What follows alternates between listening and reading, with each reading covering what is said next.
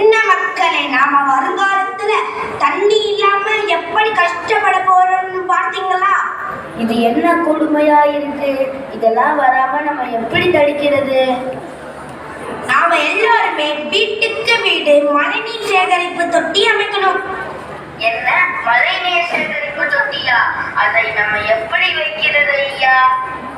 அப்படி கேளுப்பா சொல்றேன். மழைநீர் சேகரிப்பு தொட்டினா நாம வீடு கட்டுறது தகுந்தா போல 4 முறையில மழைநீர் சேகரிப்பு தொட்டியை அமைக்கலாம். திறந்த வேலி கிணறு, நீரூட்டல் கிணறு, கசிவு நீர் குழி, துளையுள்ள கசிவு நீர் குழி.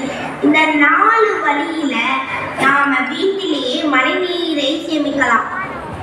இன்னையிலிருந்து நம்முடைய எல்லாருடைய வீடுகளிலும் மழைநீரை சேமிப்பதற்கான வழிமுறைகளை மேற்கொள்ளவும், புதிதாக வீடு கட்டுபவர்கள் மழைநீர் சேகரிப்பு தொட்டி அமைப்பதற்கு தீர்மானம் எடுக்கவும் உங்க எல்லாரையும் கேட்டுக்கிறேன்.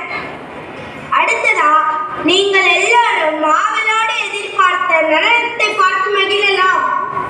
சிந்தும் மழைத்துளி அனைத்தும் முத்து, அத்தனையும் சேர்த்து வை, அவை நாளைய சொத்து. பாலைவனமானாலும் மழை நீரை சேமித்தால் அது சோலைவனம்.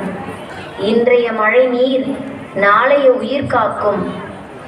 இலவச கொடையாக கிடைக்கும் மழை நீரை சேமித்து பெருகி வரும் நீர் பற்றாக்குறையை தடுத்து வளமான வருங்காலத்தை உருவாக்குவோம்.